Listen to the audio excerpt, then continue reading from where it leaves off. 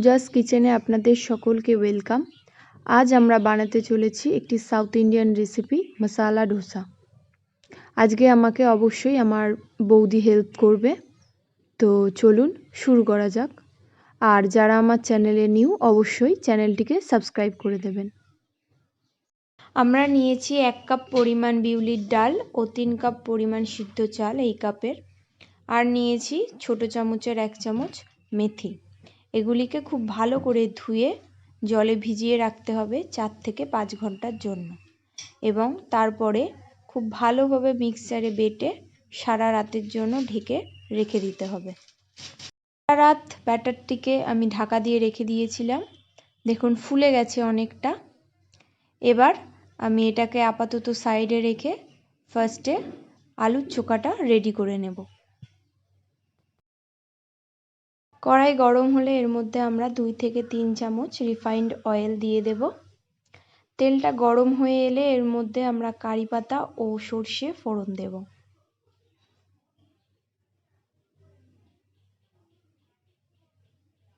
এবার আমরা এর মধ্যে 2টো বড় সাইজের পেঁয়াজ কুচি দিয়ে দেব।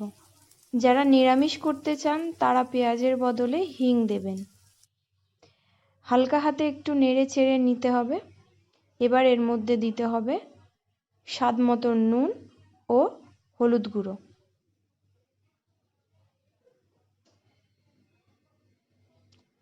আবারও খুব ভালো করে একটু নেড়ে চেড়ে নিতে হবে। পেঁয়াজগুলো ভাজা ভাজা হয়ে গেলে এর মধ্যে আমরা দিয়ে দেব লঙ্কা কুচি।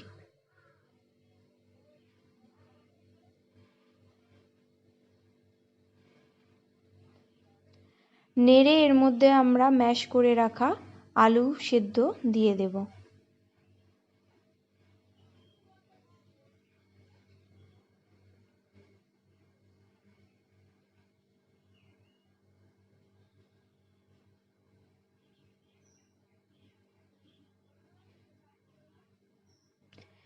এবার আমরা একটু নেড়ে চেড়ে নেব। তারপরে এর মধ্যে দিয়ে দেব লঙ্কার গুঁড়ো। আপনারা ঝালটা স্বাদ অনুযায়ী দেবেন। খুব ভালো করে নাড়তে হবে যতক্ষণ না তেল ছেড়ে দেয়।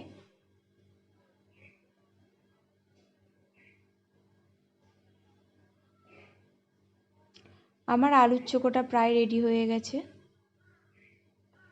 আমার আলুর চোখা পুরো রেডি। এবার আমরা এটাকে সাইডে রেখে আপনাদের ডোসার ব্যাটার দেখাবো। আমরা ব্যাটারটার মধ্যে 1 চামচ লবণ দিয়ে খুব ভালো করে মিক্স করব। এর মধ্যে পরিমাণ মতন জল দিয়ে দিয়ে ঘনত্বটাকে সঠিক আনবো।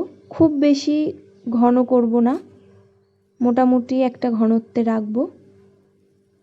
খুব পাতলা হয়ে গেলে তখন ডোসা ভালো হবে না।